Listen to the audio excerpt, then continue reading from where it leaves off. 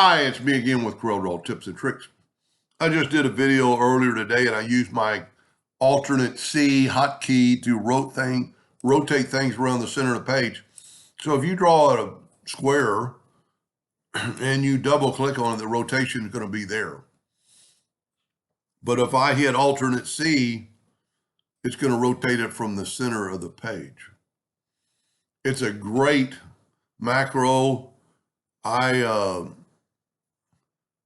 I kind of helped invent this. I made it work for my page, and then Roy Brewer, one of my mentors from Engraving Concepts, took it and wrote it where it would work on your page or any size page. I had it written for my 40 by 28, because that's how I knew to do it. But he took it the next step, and I just had somebody ask me for it, and I just sent it to him. And I want to talk about it a little bit. Alternate C is my hotkey. I'm going to send you the macro that is for doing that. It's called, see if I can find it.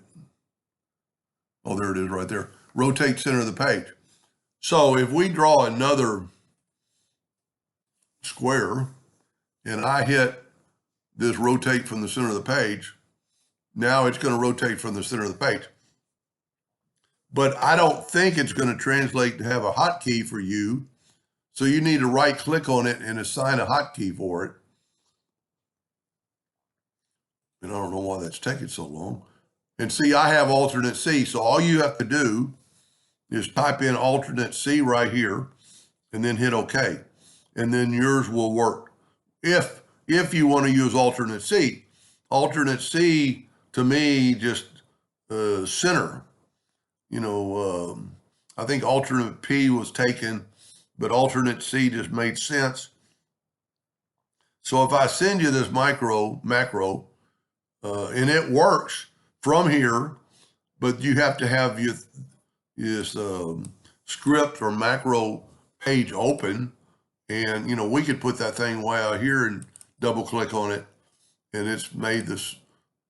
Well, it didn't work then. So click on it and double click on your rotation.